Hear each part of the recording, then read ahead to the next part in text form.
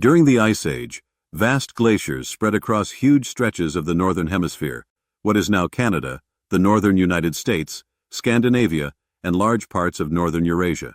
Sometimes these icy sheets were over 2 or 3 kilometers thick, exerting pressure so immense that the ground itself sank beneath their weight. As sea levels dropped to far lower depths, new land routes opened between areas currently divided by water. Beringia was the most famous of these, a broad windswept bridge linking Siberia and Alaska. Following this path were not only humans, but also hardy animals like mammoths and musk oxen, each bringing unique survival tactics to unexplored lands. Yet the climate of the Pleistocene was never locked in place. Colder stretches alternated with warmer intervals known as interglacials. Around 125,000 years ago, during the Eemian interglacial, temperatures sometimes matched or exceeded those of the modern day, causing major glacial melt and rising seas. Later, conditions cooled again, culminating in the last glacial maximum roughly 26,500 to 19,000 years ago, when ice sheets like the Laurentide in North America and the Fennoscandian in northern Europe-Asia reached their greatest coverage. In these especially frigid phases, a vast mammoth steppe of grassland and tundra thrived, feeding large populations of herbivores, mammoths, bison, wild horses, that roamed the plains in extensive herds. Not every region felt the Ice Age in the same way. In southern Europe, milder havens allowed forests to linger, whereas the far north lay under relentless ice or near glacial conditions. Across Asia, changes in monsoon patterns influenced vegetation in places like China's mid-latitudes, creating local pockets of wet or dry habitat. Meanwhile, even within North America, temperature and rainfall varied, producing microenvironments that favored certain species or groups of people. Humans, for their part, were far from a single homogeneous group. Neanderthals, Homo neanderthalensis, excelled in Europe and parts of Asia, developing robust frames suited to hunting big game under cold, energy-demanding conditions. Homo sapiens emerged out of Africa around 300,000 years ago, migrating into the Middle East, Southern Asia, and eventually Europe, where they often crossed paths with other hominins. In Eastern Asia, fossil and genetic clues point to the Denisovans, whose DNA still appears in modern Australians and Southeast Asians, hinting at Ice Age encounters and interbreeding we're only beginning to comprehend. Across the northern reaches of Eurasia, a patchwork of archaeological sites reveals how people coped with steppe tundra environments. Seasonal migration often proved key, as groups followed mammoths, reindeer, and wild horses in search of reliable food sources. Some communities built temporary camps near rivers that offered fish or near caves that provided winter shelter. Not all shelters were so simple, though. At places like Migrate in Ukraine or Yana in Siberia, people constructed circular huts from mammoth jaws, skulls, and tusks, a design they reused season after season, likely timing their visits to coincide with passing herds. Beyond these practical structures, mammoths also inspired art and symbolism, illustrated by countless carvings and cave paintings found in Europe and Asia. Over in North America, the story of human expansion unfolds amid ongoing debates about exactly when and how people arrived. For decades, the Clovis culture, marked by fluted spear points dating to around 13,000 years ago, was considered the earliest widespread archaeological horizon. More recent finds, including footprints from White Sands, New Mexico, imply human presence as early as 21,000 to 23,000 years ago, forcing a re-evaluation of how people navigated glacial obstacles and whether Beringia remained consistently passable. Some might have waited for ice-free corridors, while others possibly skirted coasts by boat. Whatever the exact routes, these early Americans were no strangers to big game hunting, including mammoths, whose remains frequently appear at kill sites alongside advanced spear tips or other tools. Central to human success in these demanding times was a continued refinement of stone, bone, and antler technologies. Early flake-based tools gave way to more standardized and elongated blades in the Upper Paleolithic, offering sharper cutting edges to handle immense prey. The spear thrower, atlatl, stands out among key innovations. By providing extra leverage, it propelled spears at greater speeds, reducing the danger of getting too close to mammoths, rhinoceroses, or other formidable creatures. Bows and arrows also emerged in multiple regions, though they're less common in the archaeological record because organic materials such as wood tend to decompose over millennia. When mammoths topped the target list, hunting groups often relied on strategies that exploited the animal's migration patterns and natural vulnerabilities. Spotting a weaker or older mammoth, people might drive it into a ravine or muddy area. Sites in Siberia, Lugovskoye, and Eastern Europe, Dolny Vistonice, indicate that large-scale hunts were arranged, possibly aligned with seasonal migrations when mammoths predictably traversed certain valleys. Once a mammoth was downed, the entire carcass was used. Meat to feed many mouths, bones to make tools or even huts, tusks for carvings, and hides for clothing and shelter covers. In some cases, people even burned mammoth dung for heat when wood was scarce. Beyond simply feeding people, mammoths became woven into local culture. At Mezherish, archaeologists have found huts formed from mammoth bones, circular dwellings that might have served as family homes revisited year after year. Excavations revealed charcoal deposits, hearths, and trash heaps, suggesting repeated occupation in sync with mammoth migrations. Meanwhile, Europe and Asia are replete with mammoth depictions in cave art. Chauvet in France boasts vivid portrayals from around 37,000 years ago, while Rouffignac features nearly 150 images of mammoths alone. The motives behind such art are debated. Some see it as spiritual or magical, a means to influence future hunts. Others interpret it as commemorations or teaching aids. Far to the east in Siberia, small ivory sculptures from sites like Malta similarly highlight mammoths in a stylized fashion. Naturally, mammoth hunts were fraught with danger. Cornered or enraged individuals could gore or trample hunters. Archaeological evidence from the Yana River region points to repeated kill zones, implying that people returned to the same location where the terrain gave them an advantage, yet not without risk, as broken bones and human remains can attest. These recurring hunts required cooperation, refined weaponry, and ecological know-how, factors shaping the broader lifestyle and survival strategies of Ice Age communities. Though mammoths often command our attention, they lived among a wide cast of Pleistocene megafauna. In the Americas, saber-toothed cats, Smilodon, wielded elongated fangs and powerful forelimbs to tackle large prey, sometimes meeting a grim end in the asphalt seeps of the La Brea tar pits.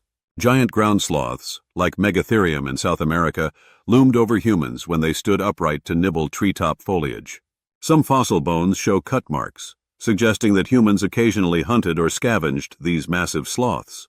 In Eurasia, the woolly rhinoceros, with its thick fur and intimidating horns, shared the steppe with mammoths, also appearing in Ice Age cave art. Then there were dire wolves, Canis dirus, prowling North America in search of bison or horse carcasses, quite possibly clashing with human hunters over kills. Short-faced bears, Arctodus simus, larger than most living bears, also factor into this predator-scavenger dynamic, leaving footprints or partial skeletons near ancient kill sites. Thanks to modern science, we now see these details more clearly. One of the most indispensable tools is radiocarbon dating, measuring radioactive carbon in bones or charcoal to estimate how many thousands of years ago those organisms died. Calibration methods continue improving, lending a finer resolution to archaeological timelines. In contexts where organic material is lacking, researchers use optically stimulated luminescence, OSL, to determine when sediments last saw daylight. Scientists can study the layers in mammoth tusks to see how the animals moved from place to place throughout the year. Paleogenetics pushes the boundaries even further. Ancient DNA from well-preserved bones or carcasses offers insights into mammoth lineages, how humans adapted to cold climates, or how the Denisovans fit into our ancestral puzzle.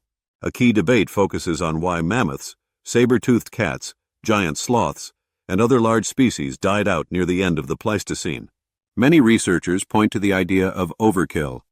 As humans perfected their weapons and spread across new territories, they may have hunted large mammals at rates that exceeded those species' ability to recover. Others highlight climate shifts that replaced broad grasslands with less productive habitats, leaving specialized grazers with too little to eat.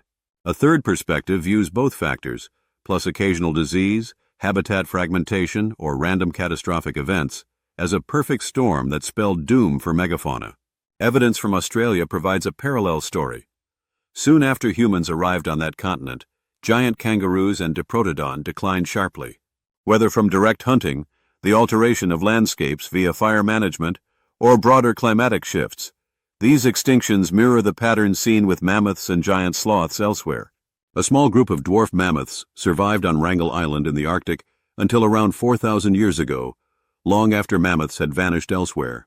Genetic studies reveal that these isolated animals suffered from inbreeding and perhaps malnutrition, ultimately succumbing to vulnerabilities that accompany small, secluded populations. It's a cautionary tale for modern conservation efforts, showing how quickly a once thriving species can fade when habitat and genetic diversity shrink. Even so, humans adapted swiftly, experimenting with new tools and social structures as changing conditions required. In Europe's Upper Paleolithic, about 50,000 to 12,000 years ago, cave art blossomed in sites like Lascaux and Altamira, while personal ornaments and carvings reflected a deepening symbolic culture. The so-called Venus figurines, exaggerated female forms found across a swath of Europe and into Siberia, continue to spark debate about whether they portrayed fertility, social identity, or something else entirely. Red ochre found in burials points to the possibility of ritual or spiritual beliefs, linking the living to the dead, and hinting that these societies had a worldview exceeding mere day-to-day survival. Smaller stone tools discovered at some habitation sites hint that novices may have practiced flint-knapping techniques or assisted in hide preparation. Communal hunts likely doubled as training grounds for the next generation, reinforcing not just hunting prowess, but social bonds and shared identity. In times of scarcity, group cooperation and elder wisdom could mean the difference between life and death. A closer look at these Ice Age societies shows that groups likely interacted often, exchanging goods, tools, and ideas across impressive distances. Seashells from the Mediterranean, for instance, appear far inland, while high-quality flint or obsidian traveled hundreds of kilometers, bridging otherwise remote communities. Such networks of trade might have underpinned alliances, allowing help to circulate in times of crisis. Marriages or ritual gatherings between distant groups could have strengthened these ties, bolstering social cohesion and genetic diversity. Anthropologists theorize that these connections provided buffers against localized resource failures. If one region's game population collapsed, people could seek assistance from allies living elsewhere. A final glimpse into this complexity emerges from southwestern France, home to iconic cave complexes like Lascaux, Pechmerle, and Niaux. Although these sites are best known for their rich arrays of painted horses, bulls, and other ungulates, mammoths do appear occasionally, especially in nearby shelters. That imbalance may reflect local ecological realities. Perhaps horses or bison were more abundant in that area than mammoths. Or it could stem from cultural choices about which animals to depict for ritual or teaching purposes. Either way, it points to a society closely attuned to its immediate environment, choosing which images to honor or instruct upon. Farther east, central Siberia presents a different scenario. Along the Yenisei River, mammoth remains mix with evidence of giant deer, megaloceros, bison, and smaller creatures like Arctic hare and fox. Seasonal extremes in Siberia could be fierce. Frigid winters and mild summers sometimes caused nutritional stress for mammoths, making them especially vulnerable to skillful hunters who recognize the best time to strike. Similarly, in East Asia, where mammoth bones or depictions appear less frequently, local groups may have had fewer face-to-face encounters with these giants, or assigned them a different significance than their counterparts in Europe or Siberia. Meanwhile, Australia, lacking mammoths, had its own distinctive giants: giant kangaroos, a rhinoceros-sized marsupial called Diprotodon, and huge flightless birds like Ganyornis. Humans arrived there some 50,000 to 65,000 years ago, quickly transforming local ecosystems. Although the exact interplay of hunting, habitat disruption, and climate remains contested, many large marsupials disappeared, echoing the broader pattern of megafaunal decline whenever humans stepped onto the scene. Debates continue over whether intentional fire management accidentally reshaped entire landscapes into more uniform grasslands or woodlands, undercutting the diversity of forage that large herbivores depended upon. Yet there's a dimension to these stories that goes beyond bones and artifacts: myth, legend, and oral tradition. Many indigenous cultures pass down tales of colossal beasts that once roamed the land. Some stories mention giant beavers, or huge bird-like creatures that resemble mammoths in their size and mystery. Although these tales often appear in symbolic or spiritual forms, researchers believe they may contain hints of real Ice Age hunts or migrations.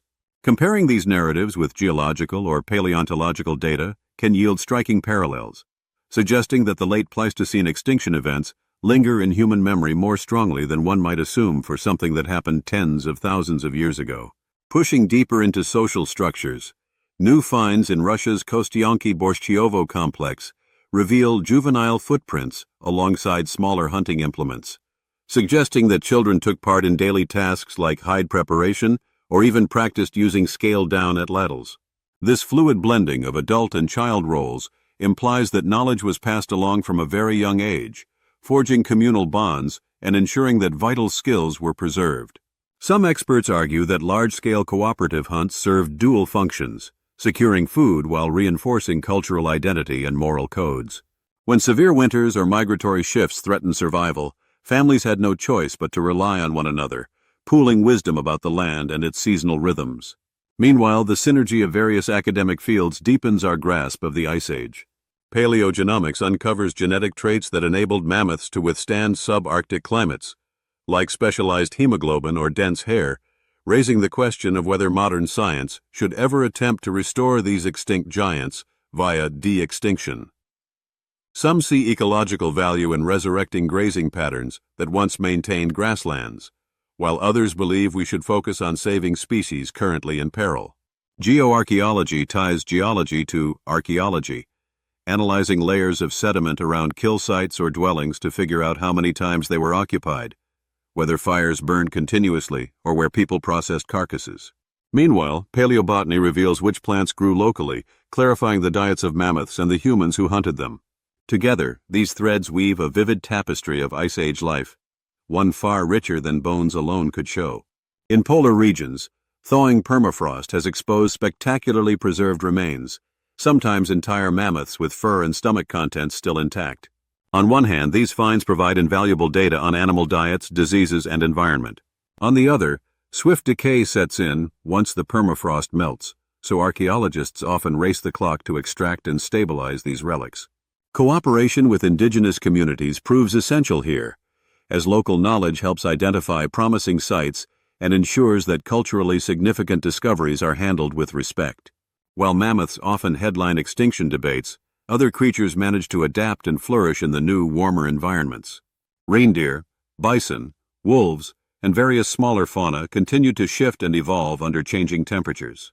Humans, too, displayed impressive resilience, turning to fishing, plant foraging, or eventually domesticating certain species in the so-called Neolithic Revolution. Over the centuries, agriculture replaced large-scale hunts in many parts of the globe, reconfiguring how people used the land and the animals that once roamed it. Seeds of domestication might have sprouted when people noticed certain plants regrowing by campsites or found that hand-reared young animals could be tamed. These observations, repeated and refined, led to the earliest forms of farming and herding, drastically reshaping both ecosystems and human livelihoods. Thus, while the Pleistocene ended in a wave of extinctions for many megafauna, for humans, it opened the door to new means of survival and cultural innovation. Museums have become crucial for sharing these discoveries with a broader audience, displaying skeletons of mammoths, dire wolves, or saber-toothed cats, while also showcasing how prehistoric people fashioned tools or built homes from bone. Indigenous communities across the globe further enrich these interpretations with oral traditions and place-based stories, reminding us that Ice Age history is not only found in the ground but also in living cultural memory. Mammoths, with their sweeping tusks and shaggy coats, were key resources for numerous Paleolithic groups, supplying food, materials, and possible spiritual meaning.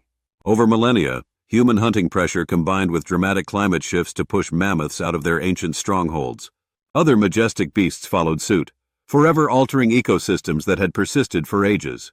Yet these vanished giants left behind a wealth of knowledge in the form of footprints, DNA, and the striking art etched on cave walls or carved into bone. They also left a cautionary tale about the fragility of large species when confronted by multiple stresses at once. Even so, the demise of mammoths does not diminish the profound story of the Ice Age. Their remains, from massive femurs to intricate ivory carvings, lay bare the complexities of climate, ecology, and human ambition. For humans, the Pleistocene was a proving ground, honing their collaboration, adaptability, and symbolic thought, capacities that still define us. If anything, the legacy of mammoths persists in the technologies and cultural traditions we carry forward, whether in the form of carved figurines or in the intangible lessons about how communities survive environmental extremes. Beneath it all, the Ice Age was a saga of relentless change, with glaciers advancing and retreating, sea levels rising or falling, and animal communities migrating, hybridizing, or vanishing altogether. Humans did more than witness this drama. They shaped it, relying on complex strategies to hunt formidable prey, forging alliances with neighboring groups, and exploring symbolic or religious depths we are only beginning to unravel. Younger community members learned essential tasks like hide preparation and small tool crafting, while elders passed on knowledge about migration routes and seasonal cycles, creating an extensive exchange of ideas among even distant groups. As global climates shift once again in modern times, the Pleistocene offers a distant mirror. It shows how quickly species can relocate, adapt, or be extinguished, and how human actions can tilt the balance between survival and collapse. It reveals an unbroken chain of cultural transmission, from the earliest carved bone needles to the myths still shared in certain indigenous circles. Perhaps most crucially, it reminds us that knowledge, practical, ecological, and even spiritual, often determines whether a society thrives or fails. In the end, the Ice Age was far more than an epoch of cold. It was a crucible of innovation where humans learned to collaborate, refine tools, create art, and develop rich cultural identities amid towering challenges. Mammoths epitomize the majestic scale of that world, colossal animals that both sustained and tested human ingenuity. As the Pleistocene drew to a close, the Earth found itself on the brink of transformation. Glaciers that had once sprawled across continents were in gradual retreat, surrendering terrain they had dominated for millennia. Sea levels climbed back upward as melted ice returned to the oceans, slicing through exposed land bridges and redefining coastlines the world over. In the wake of these dramatic changes, humans and the creatures that had survived alongside them faced a new reality, one in which ancient routes disappeared and once frozen plains turned into flooded estuaries, boreal forests, or open meadows. Communities that had learned to follow mammoths and bison now had to adapt to rivers teeming with fish, expanding woodlands full of deer and boar, and marshlands that nurtured birds by the thousands. Yet this shift was neither immediate nor uniform. The younger Dryas, a sudden return to glacial conditions about 12,900 to 11,700 years ago, briefly stalled what seemed like a straightforward warming trend. During this interval, parts of Europe and North America saw a resurgence of cold, dry weather that once more altered animal and plant distributions. In places like the Levant, the eastern Mediterranean region, or southern Asia, the effect was less severe, though still evident in pollen records and lake cores. For communities already experimenting with new food sources, like wild cereal grains along the Euphrates, these colder, drier centuries demanded flexibility. Some groups doubled down on foraging strategies centered on grasses and small game. Others relocated to zones where water remained reliable. From the vantage point of modern science, it appears that cultural adaptability became just as critical a survival factor as raw physical endurance had been during the harshest Ice Age phases. When the younger Dryas eased and the Holocene epoch began in earnest, global temperatures rose significantly, reshaping landscapes that had been locked in ice for tens of thousands of years. Forests, once confined to southern refuges, marched steadily northward.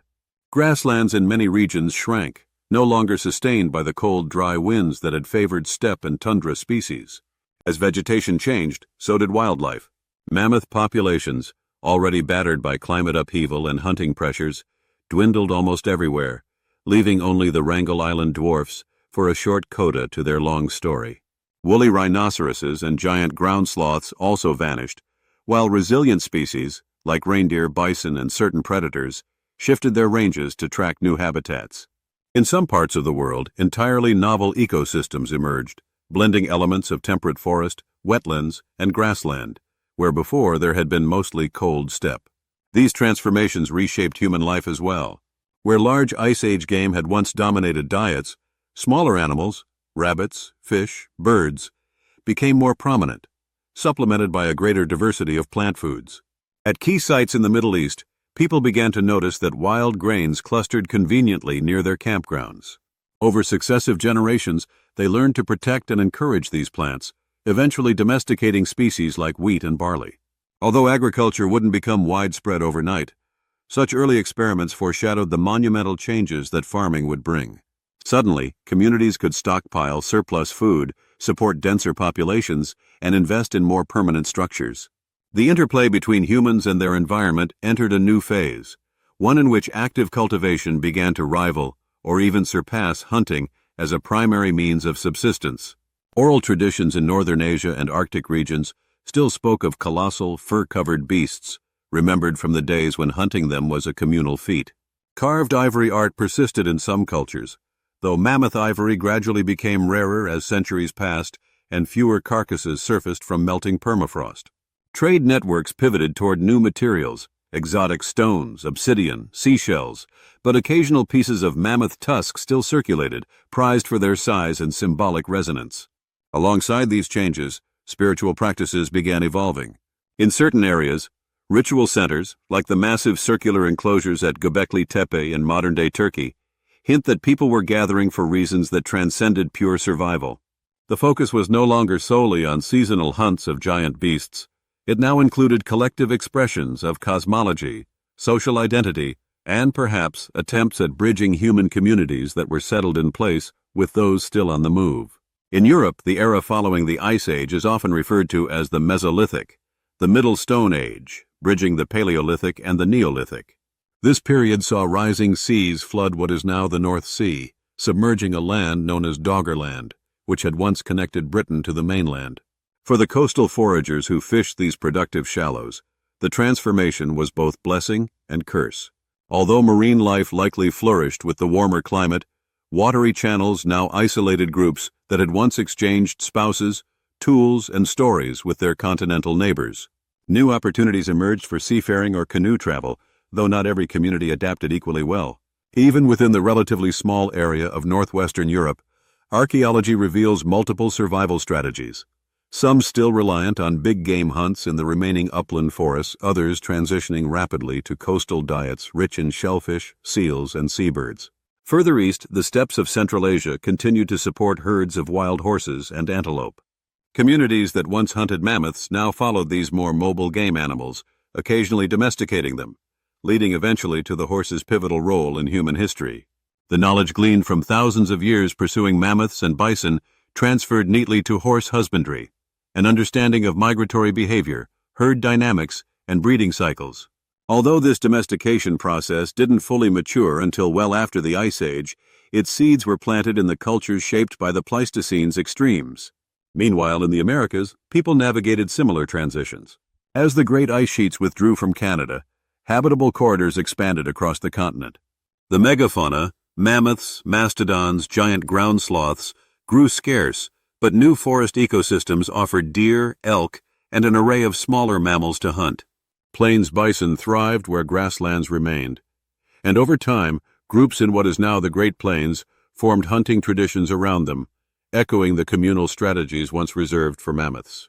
Further south, rising seas transformed the Gulf Coast, submerging many Paleo-Indian sites that might have held additional clues to early human migrations.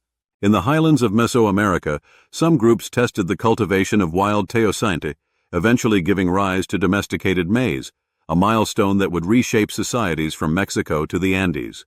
To the far south in Patagonia, the warming Holocene climate caused glaciers in the Andes to recede, exposing valleys previously encased in ice. Here, guanacos and other Andean fauna replaced giant sloths as the principal large animals, and rock shelters in areas like Cueva de las Manos reveal centuries of hunting traditions, handprint stencils, and depictions of local wildlife. Though mammoths never inhabited this southern region, the overarching lesson was similar. As the environment changed, humans shifted their strategies, forging new tools, new alliances, and new cultural expressions to meet the demands of each local ecosystem. Across the globe, one can see a parallel story. The unraveling of Pleistocene megafauna gave rise to new ecological balances, and, by extension, new human lifeways. The partnership between environment and culture deepened as people found themselves shaping their surroundings more deliberately, clearing forest patches for wild grains, managing game populations, or carving irrigation ditches in areas with limited rainfall. In many regions, shifting resource distributions forced human groups to interact differently. Once isolated bands met more frequently at resource-rich sites, prompting marriages and trade exchanges that braided distinct lineages together.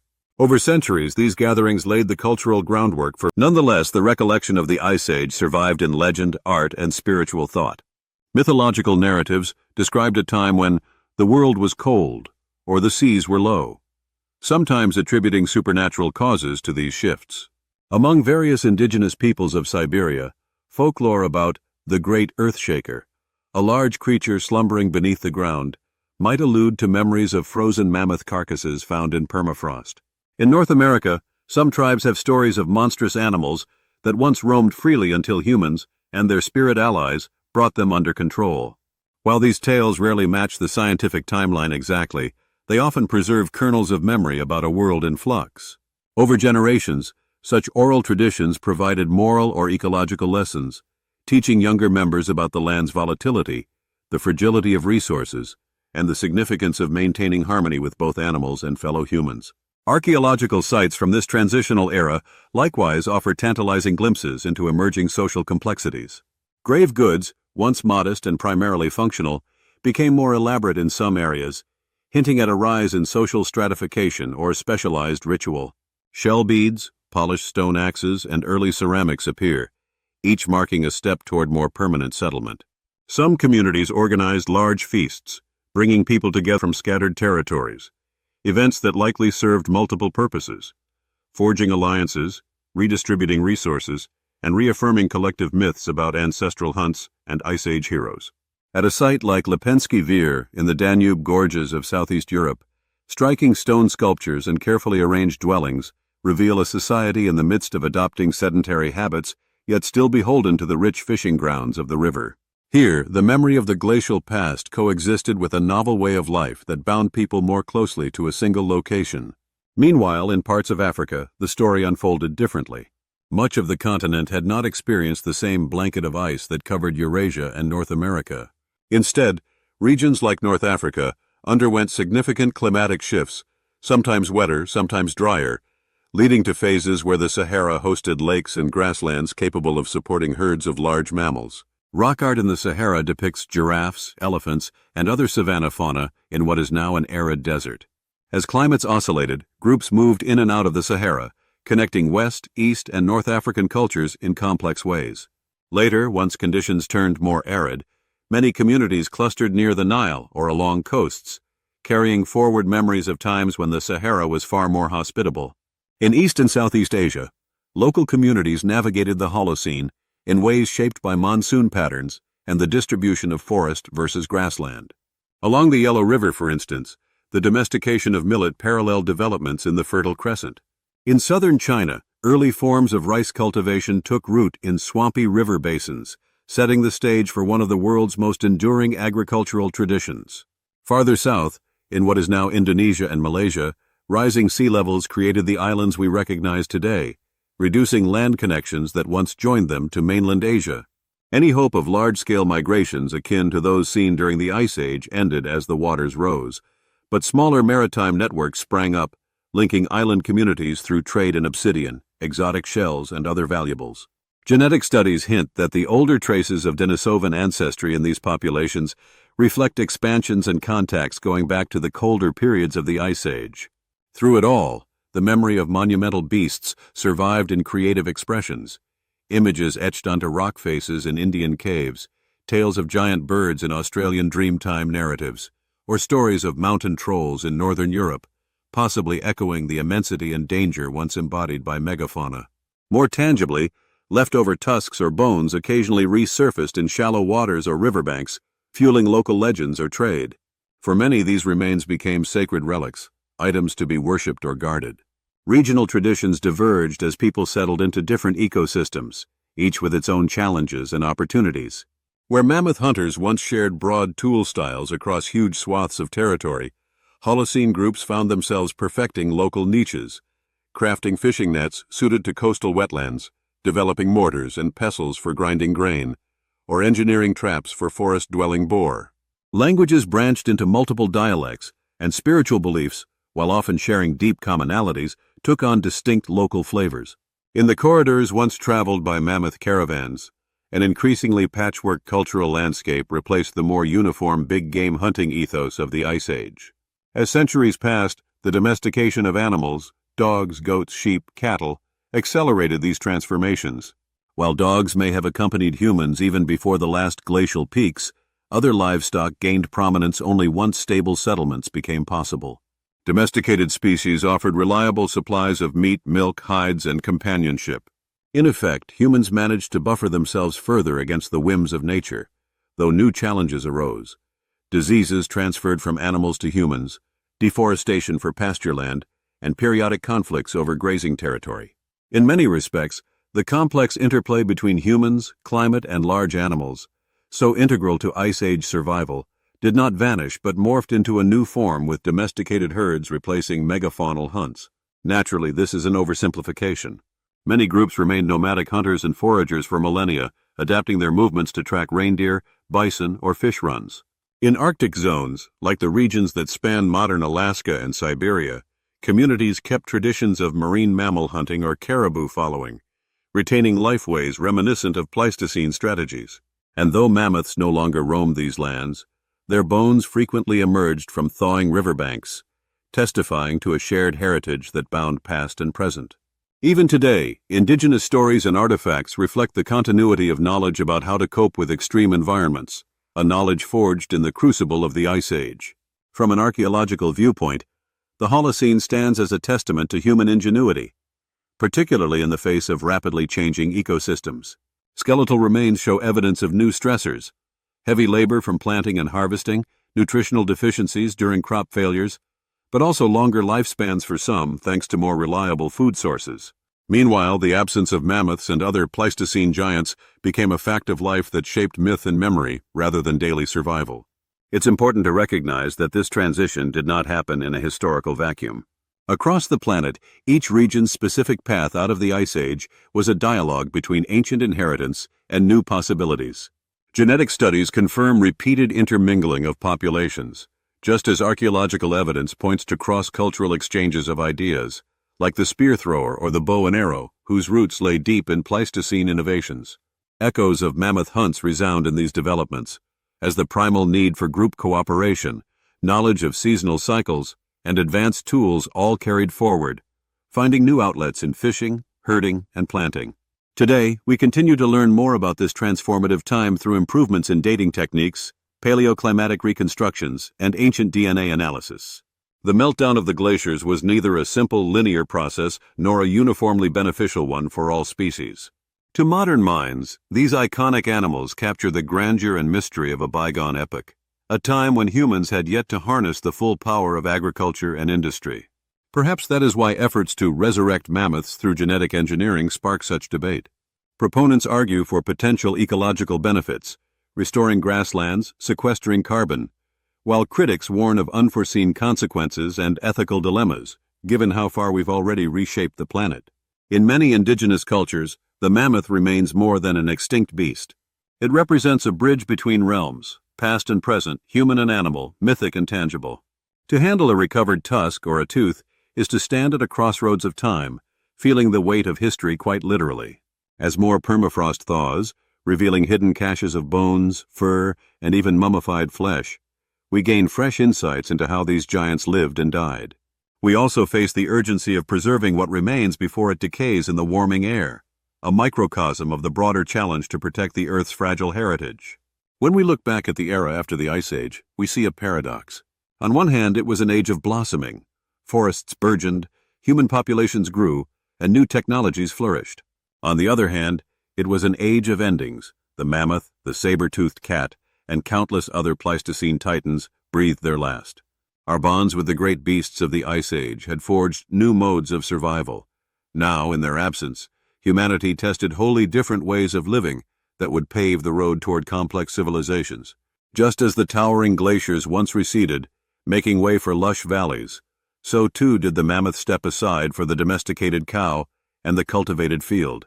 Yet traces of that Ice Age partnership remain in our cultural memory, influencing how we see the natural world and our power to shape it. Pleistocene survival strategies prepared us for life in the Holocene, teaching us to observe nature closely, to trust collective wisdom, and to push technology forward when needed. Rising seas, retreating ice, and the disappearance of legendary megafauna did not halt human progress. Instead, they spurred it in new directions, giving rise to the first farmers, the earliest permanent villages, and the seeds of civilizations that continue to shape